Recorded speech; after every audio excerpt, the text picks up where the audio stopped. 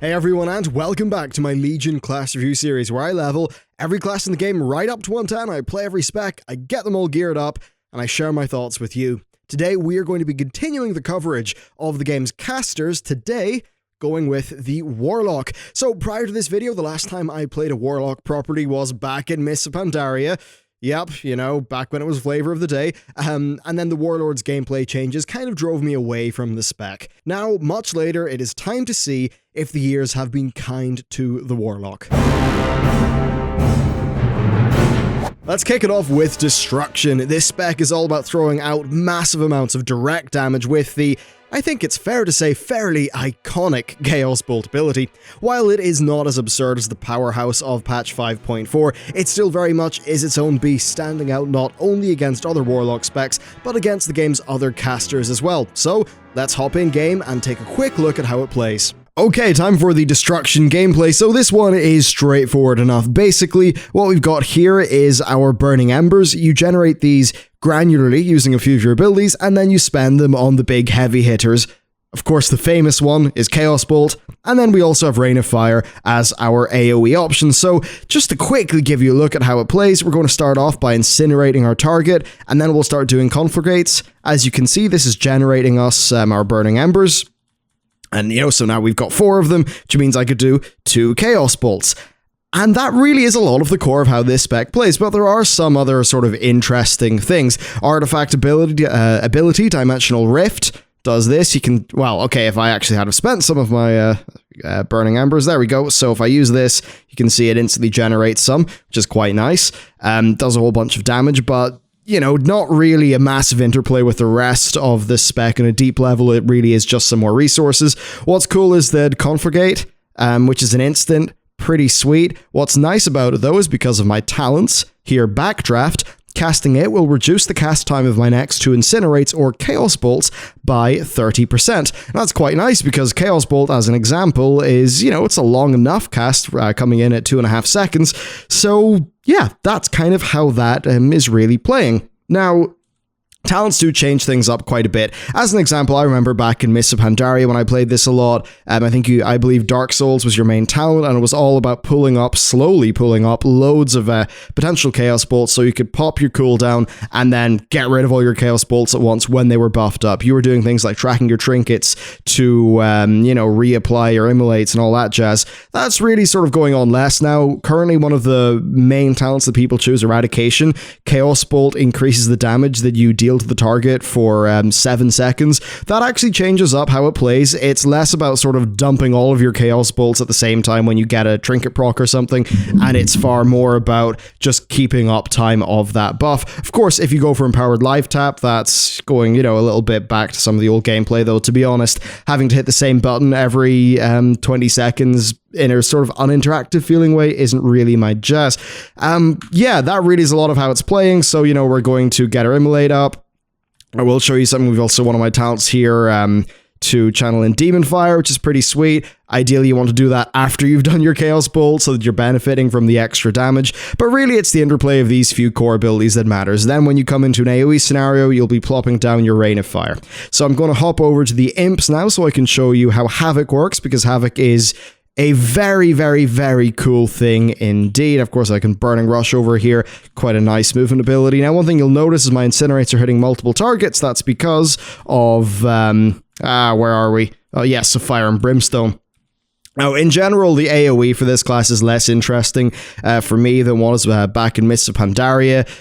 Basically, was it Fire and Brimstone back then? I forget the name, but it would just make everything cost Burning Embers or whatever, and I thought that was a bit more fun than how the AoE plays out now. In general, that's the running theme. I actually do like Destruction, just a lot less than Mists, and not because of the insane Mist damage. Anyway, time to show you Havoc. So Havoc is awesome. Marks single target for 10 seconds, and it causes my single target spells to also hit the Havoc victim. So if I put Havoc in this guy, and then put my Chaos Bolts into this guy, what you'll see happen is, I fire off 2 Chaos Bolts. Now, this is amazing in a cleave scenario. If I was using my Conflagrates there, I probably could have got a lot more off, but hey. Yeah, really, this stuff is what I think you need to know to understand the core of how a Destruction Warlock plays. All about those Chaos Bolts, and as soon as AoE pops up using Havoc and Rain of Fire. Well, pretty fun spec.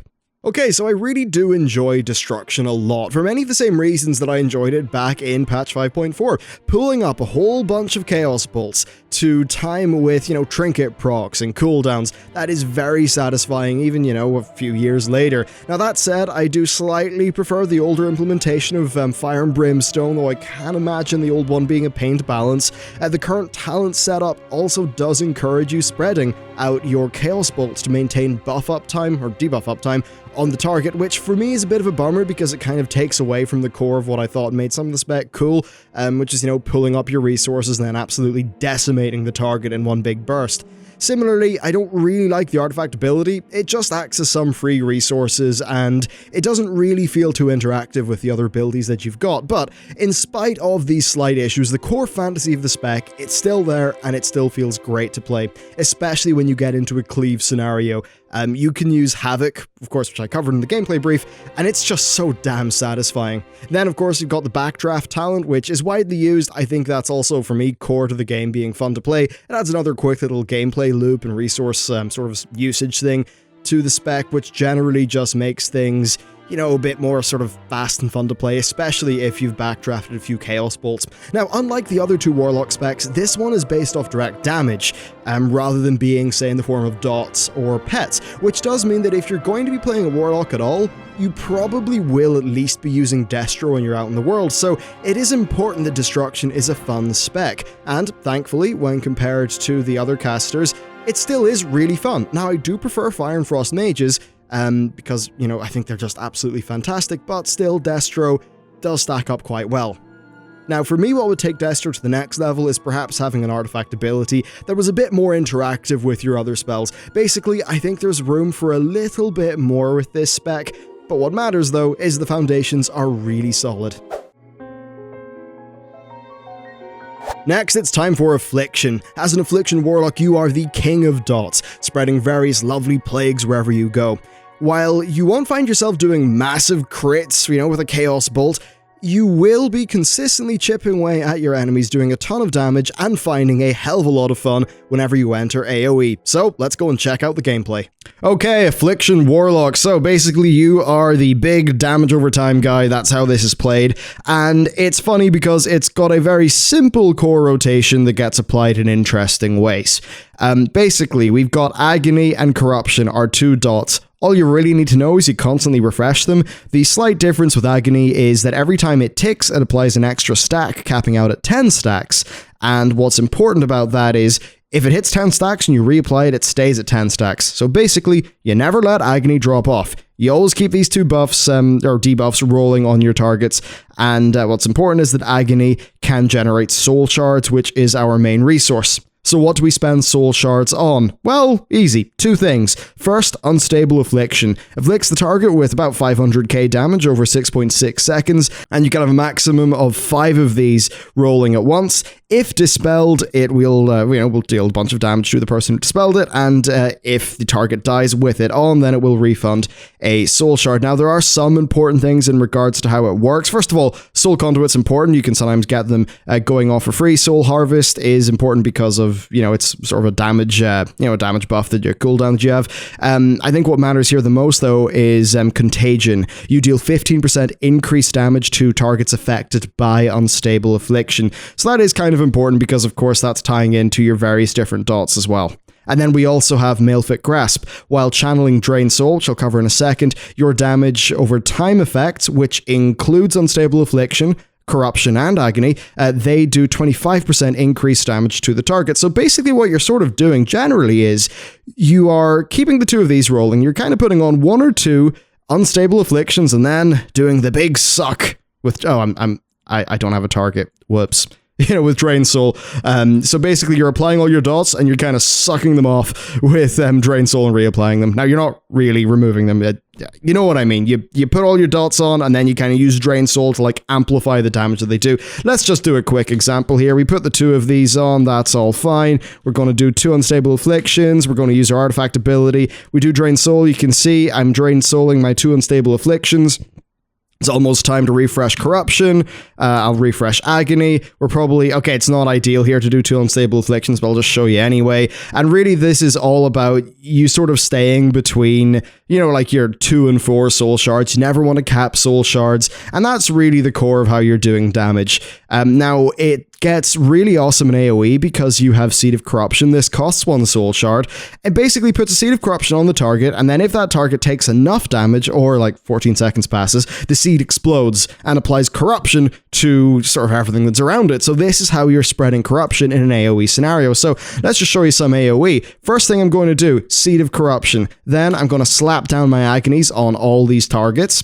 And then because of, you know, how everything's working, I want to spread my Unstable Afflictions. Also, I really should have popped the seed first. Anyway, there we go. Now everything, as you can see, has corruption on it, and then because of our talents, we want to be spreading our Unstable Afflictions, you know, where we can, doing a Drain Soul in on them. It's already time for me, I kind of messed up the timing there, it was already time to refresh Drain Soul on the target. We're, you know, it's just sort of maintaining all of these buffs while, you know, spreading everything correctly. I just completely messed up and did a seed there where I didn't need to, but you sort of get the point. It's your basic dot spreading. What's handy is Seed of Corruption helps you spread corruption to pretty much all the targets that are stacked up at once, and then past that, it's about spreading around your Unstable Afflictions to as many targets as you can, because those Unstable Afflictions will increase the damage done by the dots you put on those targets, and then, you know, when you do have downtime, you want to do Drain Soul on a target, ideally one that you've already applied Unstable Affliction to, and by the time that happens, it's probably about time you start doing your Seed of Corruption again. One important thing, Soul Harvest talent. This normally lasts 12 seconds. It increases you and your pet's damage by 20%, but what's important is that is increased by 4 seconds for each target affected by agony, up to a total of 36 seconds. So what you really want to do is spread your agonies. That is when you can, you know, pop off your Soul Harvest, because then you really are getting the most use out of it. So that's probably going to explode at some point. Oh, it didn't give corruption to that guy. That's unfortunate. And yeah, you know, there we go. It's probably time to start doing my agonies again. That's sort of how AoE plays out. I find this spec to be, yeah, like it's okay in single targets, not amazing, but then when it really does come into its own in AoE and is quite fun. So Affliction for me it's kind of a funny one. Originally I found it kind of boring in single target cases, but once I got a bit more used to the mastery elements of playing the spec, I found that there was more depth to get into there than just the basic, you know, throwing dots on things. I think this spec works because really there's 2 resources to manage, both your soul shards and then the souls that are consumed by your artifact ability. Then what works, of course, is all your abilities do have a strong synergy with each other because of all those talents that I was playing with, and, you know, being able to combine all these things together does add a satisfying level of depth to the spec, although I will admit that it can sometimes feel a little bit on the simple side when you are in a single target situation. Now, the spinning plates sort of gameplay with all your main dots, as well as the resource management with Unstable Afflictions, is, you know, it's still kind of strange for the core of a spec to operate off, I guess, so it feels a bit fresh in comparison to some other ones. If I was to give a major criticism, I would say that the feedback isn't great for your spells, because most of them are just an effect on your target. You hardly really see them, so it's not sort of visually or, you know, visceral or anything like that. And then also sometimes soul shard generation can be a bit annoying. But let's move on to AoE, because honestly that's where this spec absolutely shines. Seed of Corruption is a wonderful mechanic that's super satisfying to use. Having that, your agony uptime, and then spreading Unstable Afflictions everywhere to increase the damage of all the dots you just put onto targets is a super fun gameplay loop that feels just really fast-paced and aggressive. There's always something to manage there. And actually in AoE, this is one of my favorite specs to play in the game. I really love it. So for grouped PvE content, I actually did end up loving my time with this spec. I thought it was really fun. As for the world content, not so good. The ramp-up damage means that mobs just die slower than, you know, with Destruction, so I always find myself going over to Destruction. But still, I think that Affliction has a unique fantasy that is very well executed. I'd like a little bit more in single target, but overall, especially when you take AoE into account, I think it is quite a strong, fun spec. Okay, Demonology time.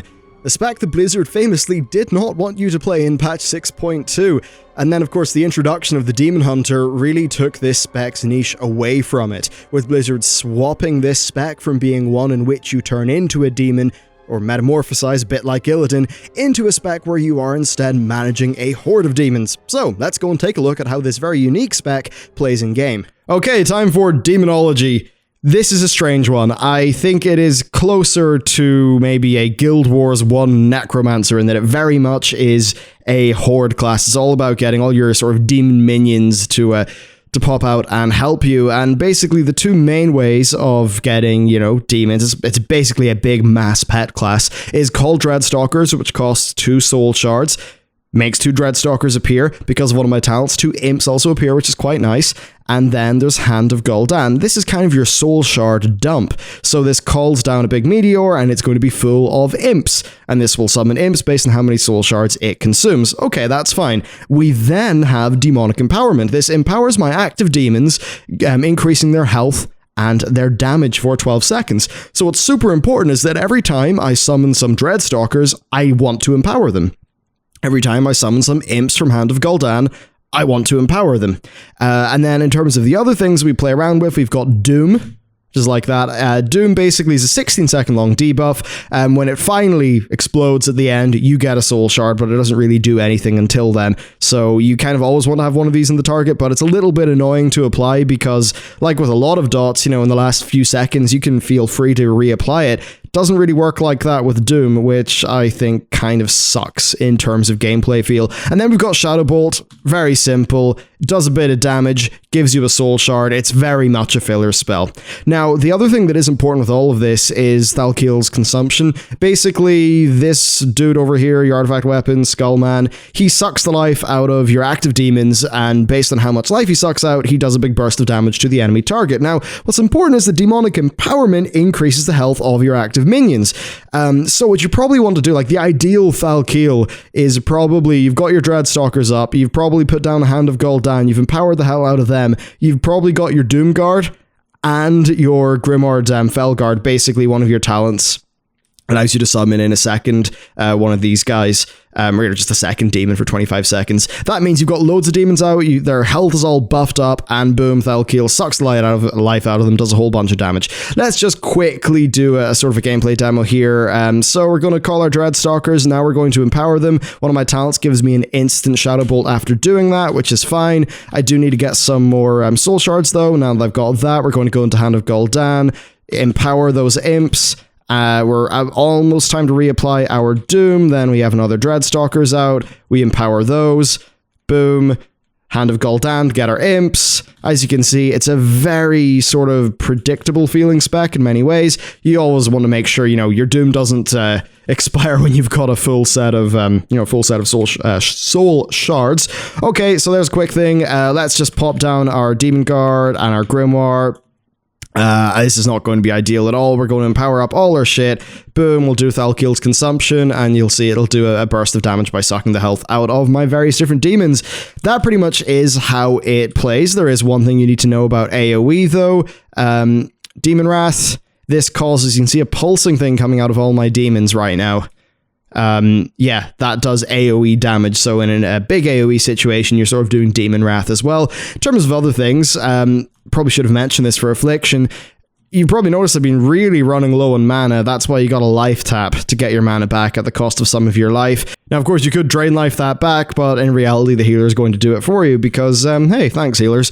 There you go. That really is the core of Demonology, a very different and unique spec for World of Warcraft, I'd certainly say, after, of course, the whole debacle with Warlords of Draenor, where, well, they wanted to give meta to the Demon Hunter, so, Demonology couldn't have it. Okay, as you can see, this one feels super different to the other pet specs in the game. I think it's actually quite novel, but ultimately it's not something that I would be playing on a regular basis. First up, I hate Doom as a mechanic. It feels... I don't know, it just doesn't feel interactive with the other mechanics, and it just kind of feels boring and annoying to manage as a way of generating soul shards, and the same goes for Shadow Bolt. It's just dull, it's kind of bolted in there so you have a way to get soul shards, but it doesn't really feel like it's got much like synergy or interplay with the other abilities that the spec has. Essentially, to me playing this, it feels as if they designed the gameplay loop of summoning and empowering demons, but then they really struggled to design the resource generation portion of how the spec plays. So you do have the decently cool gameplay of summoning up these demons, but right now the resource bit's a bit dull, a bit run-of-the-mill. Now, the idea of summoning all these demons in is quite cool, but one issue is that it doesn't feel really that visceral. This whole demonic empowerment mechanic feels like it was added because they wanted there to be more to do with the spec, and they didn't want to just paste over kill command from a Beast Mastery Hunter. The problem here is that you don't really feel that connected to your damage output. Obviously, you are connected completely to your damage output, but you get what I mean. It doesn't feel visceral. So sure, it's cool having a small horde of demons, but the gameplay doesn't feel super exciting. It's also very predictable with a very uninspired, as I covered, resource system that doesn't really reinforce the demon handling gameplay. Like, I'd almost flip it around and have it so that, like, demons are the resource themselves rather than soul shards, and I'd probably try to involve way more types of demons as, like, their own spells and cooldowns. I don't know, summoning in a Dreadlord to, like, fire Shadow Bolt Volley, stuff like that. Seems like it could be cooler. Though that said, coming from an ex-hunter, I totally appreciate how it's hard to design a pet-focused spec in which the player feels super connected to their damage output, so I think that it could almost be a personal preference thing. So I'm sure that this spec does have its audience. After all, like, I think it's one of the stronger spec fantasies. I just don't think it really lines up with what I enjoy in the game. So with my overall thoughts, I think it's quite clear that I wasn't blown away with the Warlock, but there is lots to like. Destruction and Affliction are both super fun specs with a lot to love, especially since they tend to shine in different situations, leading to gameplay that overall does feel quite varied. I found myself swapping between them depending on the fight based on the gameplay that I enjoyed. Demonology, of course, as I covered, not my cup of tea. Now, gameplay-wise, I'd say overall, it's a very good experience. You've got strong survivability, you've got pets that can tank things, Burning Rush is a very nice movement tool, and when you delve into the talents, there's quite a few cool talents that modify your gameplay, but there's also some really nice utility there. Still, if I was choosing a caster, it would be the Mage. I did have fun with this spec, but honestly, I would like to see Blizzard experiment with it more. Unifying everything under soul shards, especially at the start of Legion, seems like it limited their design space. There's cool ideas with demonology, but I'd really like to see refinement there, probably something that involves more varied demon summons and a different resource generation mechanic. Especially, as well, if they could get away from empowering demons being the big DPS source. I just feel like that, like, I get why it's cool, but I just don't really think it translates to super fun gameplay. But still, the core fantasy of a Horde spec is, that's very strong. Maybe they could take a look at, say, the Necromancer from Guild Wars 1, see how that played. Maybe there's some ideas they could take over. It's hard to say, but anyway, they are my thoughts for the Warlock. There's certainly good stuff to like there, but for me, I'm probably going to go with a Mage if I want to play a caster. So that's it for this video. Thank you very much for watching. Most importantly of all, let me know what you think about the Warlock in Legion, especially if you're someone, who's been sort of sticking to the spec for a while. I'm very keen to see how you feel it's changed over time, especially if you were one of those demonology players in Warlords of Draenor who sort of found your spec falling out of favor and then being changed due to the introduction of the Demon Hunter. But that's it for the video. Thank you very much for watching, and I'll see you next time.